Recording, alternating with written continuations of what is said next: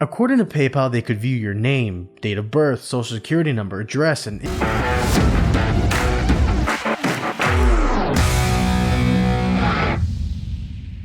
Hey guys, T-Mobile got hacked, PayPal got hit by a massive credential stuffing attack, a new Android banking malware is out in the wild. All this in this episode of Exploit Broker's Hacking News Roundup. You're not going to want to miss this. PayPal accounts hit by credential stuffing attack. So let's talk about PayPal. For a second it appears they were sending out data breach notifications, but before you run out and check your accounts, know that this issue happened back in December 2022. We're finding out more about the details because PayPal distributed a security incident notice. We're getting more details and it's important we discuss and figure out what happened.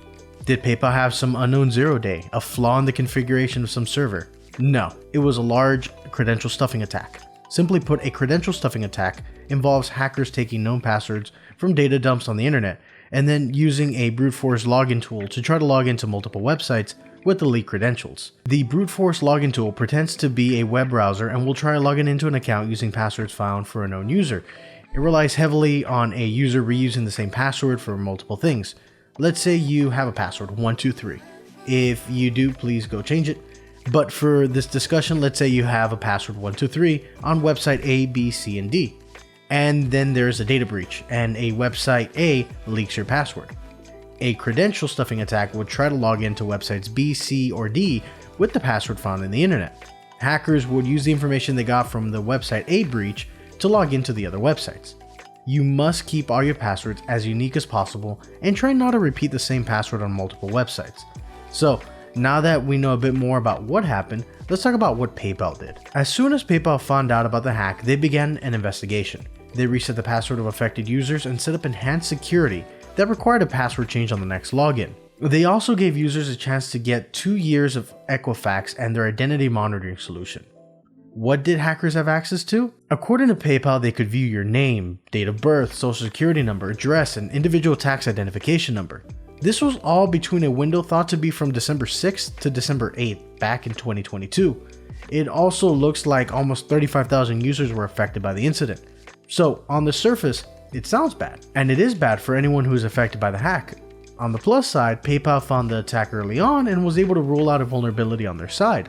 The issue with bugs found on the application is they can take longer to fix and generally affect a wider base of users. In this case, a credential stuffing attack would be the result of hackers finding passwords on the internet, and by chance, it's the same password on the target website. It's important to change your passwords often and minimize, if not altogether eliminate, reused passwords.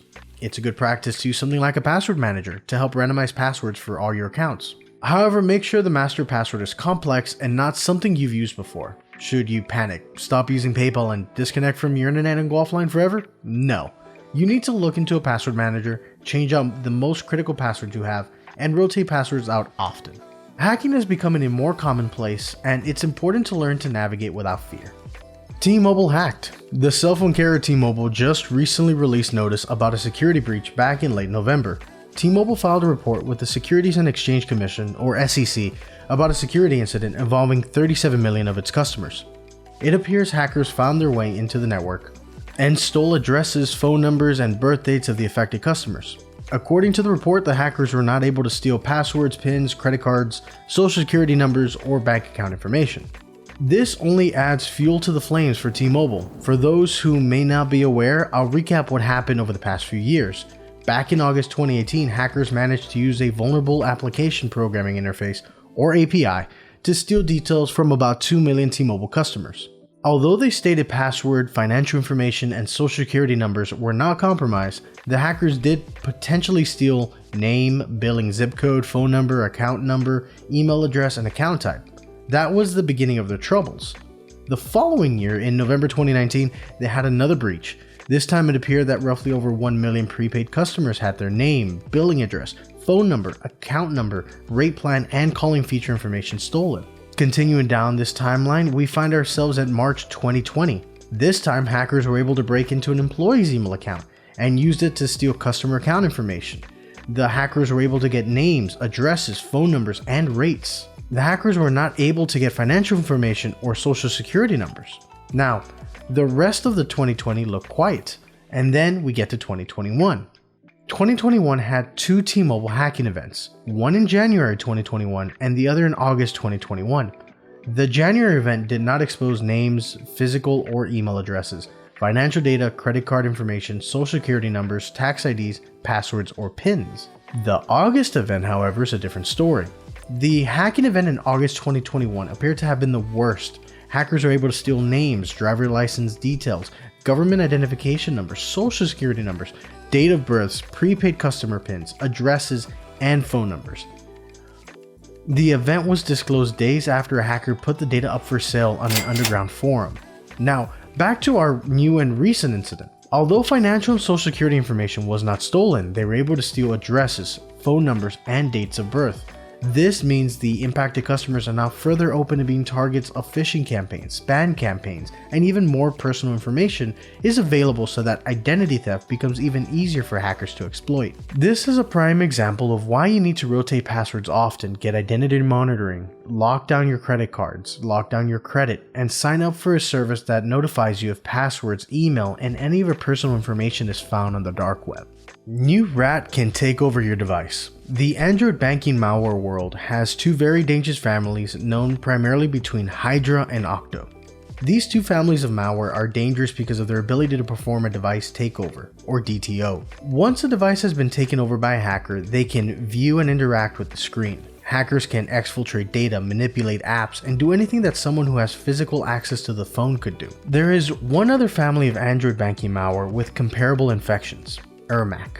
Ermac was being rented by its creator, Duke Eugene, but the biggest difference is it did not have the ability to do a device takeover. Ermac's source code was sold and several renamed variants popped up. Infections with the name Metadroid and Owl were found by ThreatFabric. The story, however, has taken a turn. Recently, Duke Eugene posted a new advertising for a brand new banking malware known as Hook. Hook was touted as a new malware written from scratch. I'd assume this was to get bad actors interested in a new piece of tech that doesn't have samples everywhere, or to rebrand the product toward a new audience. The claim of being written from scratch, however, may be false, as the team at ThreatFabric found that the malware shares a lot of the same source code as the original Ermac. So why am I bringing this up if it's the same Ermac malware that isn't as powerful as Hydra or Octo? Well, Hook has some shiny new upgrades that make it concerning. It can communicate in real time and bidirectionally. To give context, previously the malware would use a polling method where it would periodically send messages to the server controlling it. This makes it hard to do anything quickly, as changes would require waiting until the next time a polling occurred. The new real-time communication, known as WebSocket communication, opens up a remote connection and keeps it open until the control server is happy with the conversation. This, coupled with its last addition, make it a formidable malware. Hook can now use virtual network computing, or VNC, to view the device remotely, and abuses accessibility services to interact with UI elements.